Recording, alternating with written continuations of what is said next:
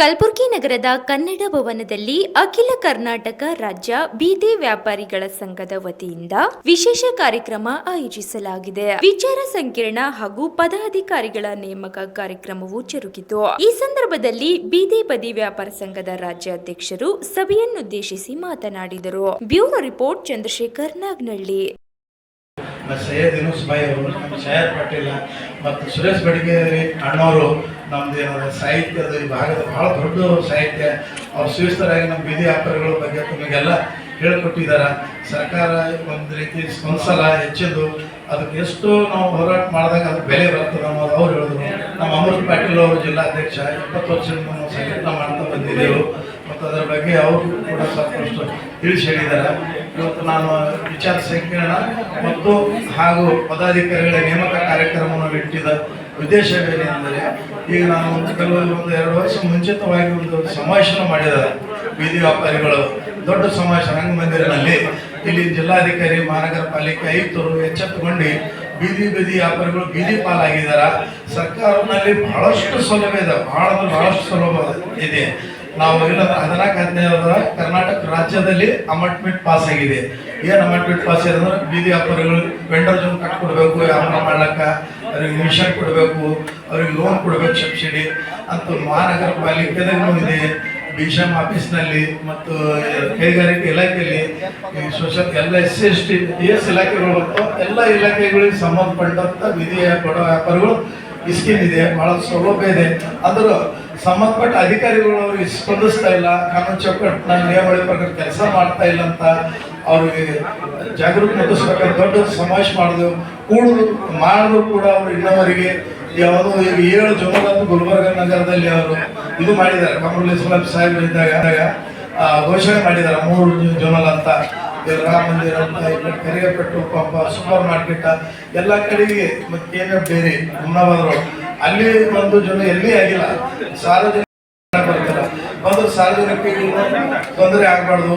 ಒಂದು vendor zone ಕಟ್ಕೊಟ್ರು ಅದು ನೆಮ್ಮದಿಯಿಂದ ತಮ್ಮ ವ್ಯಾಪಾರ ಮುಂದುವರಿಸ್ಕೊಂಡಿರ್ತಾರೆ, ಸಾರ್ವಜನಿಕರಿಗೂ ಅನುಕೂಲ ಆಗ್ತದಂತ ಸರ್ಕಾರ ನಿಯಮ ಅದಕ್ಕಂದ್ರೆ ಸರ್ಕಾರ, ರಾಜ್ಯ ಸರ್ಕಾರ ಇದ್ರೂ ಇಲ್ಲಿ ಜಿಲ್ಲಾಧಿಕಾರಿ, ಮಹಾನಗರ ಪಾಲಿಕೆ ಅವ್ರು ಯಾವಾಗಕ್ಕೂ ಮುಂದಾಕಿಸಿ ಅವರು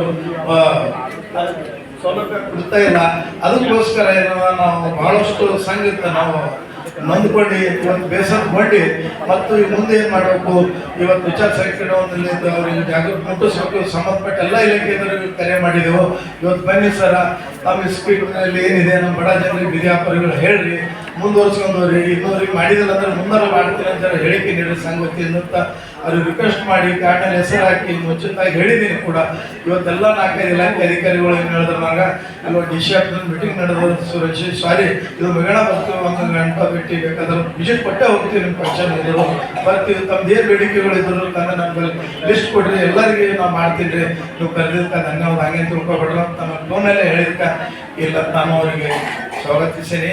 ಈಗ ಬಂದರು ಒಳ್ಳೇದು ಬರಲಿ ಅಂದರು. ತಮ್ಮ ಎಷ್ಟು ಜನಗಳು ಇದ್ದೀರಿ ನಮ್ಮಲ್ಲಿ ಹಳಿ ಬೀದಿ ವ್ಯಾಪಾರಗಳು ಮತ್ತು ಈ ಕಡೆ ಏನು ಮುಂದುವರಿಸ್ಕೊಂಡು ಬಂದಂಥ ವ್ಯಾಪಾರ ಅವರಿಗೆ ಜೂನಿಯರ್ ಸೀನಿಯರ್ ಮಂದಿಗೆ ಎಲ್ಲರ ಲಿಸ್ಟ್ ಹೊಂದಿಸಿಗೆ ಅವ್ರ ಗಮನಕ್ಕೆ ತಂದು ನಿಮಗೆ ಅಭಿವೃದ್ಧಿ ಮಾಡಿ ಬರೋಂಥ ಸ್ಕೀಮ್ಲಿಂದ ಮುಂದುವರಿಸ್ಬೇಕು. PM SON ನಿಧಿ ಅಂತ ಸ್ಕೀಮ್ ಇದೆ. ನಾವು 1000 ಜನರಿಗೆ ನಾನು 4 ಸ್ಕೀಮ್ ಲೋನ್ ಕೊಟ್ಟಿದ್ದೆ. ಒಂದು ಸಾರಿ ಈಗ 15,000 ಆಗಿದೆ, ತಲುಪಿದೆ. ಈಗ 15,000 ಫಸ್ಟಿಗೆ ಯಾರೇ ವ್ಯಾಪಾರ ಕೊಟ್ಟು ಮತ್ತು ಅವ್ರ ಫ್ಯಾಮಿಲಿ ಕೊಟ್ಟು ಆಧಾರ್ ಕಾರ್ಡ ಮತ್ತು ರೇಷನ್ ಕಾರ್ಡ, ಬ್ಯಾಂಕ್ ಪಾಸ್ಬುಕ್ ಕೊಟ್ಟಿದ್ದಾರಪ್ಪ ಅಂದ್ರೆ ಈಗಲೂ ಏನದ ನಮ್ಮ ಸಂಘಿಗೆ ಬರ್ರಿ, ಸಂಘಿಗೆ ಬಂದ್ರೆ ಅಂದ್ರೆ ನೀವು ಸರಿ ನಿಮ್ದು ಏನು ದಾಖಲೆಗಳು ಕೊಡ್ರಿ. ನಮ್ಗೆ ದಾಖಲೆ ಕೊಟ್ಟು 1000 ಜನರಿಗೆ 15,000 ರೂಪಾಯಿ ನಿಮ್ಮ ತಿಂಗಳು 2 ತಿಂಗಳಲ್ಲಿ ನೀವು ಇವಾಗ ಸಲ್ಲಿಸಿದ್ರೆ 15 ದಿವಸ 20 ದಿನದಾಗ ನಿಮ್ಗೆ ದುಡ್ಡು ಬರ್ತಾವ. ಬಡ ಜನರಿಗೆ ಲಾಭ ಪಡ್ಕೋಬೇಕು ಮತ್ತು ಸಂಘದವ್ರು ಲಾಭ ಪಡ್ಕೋಬೇಕು.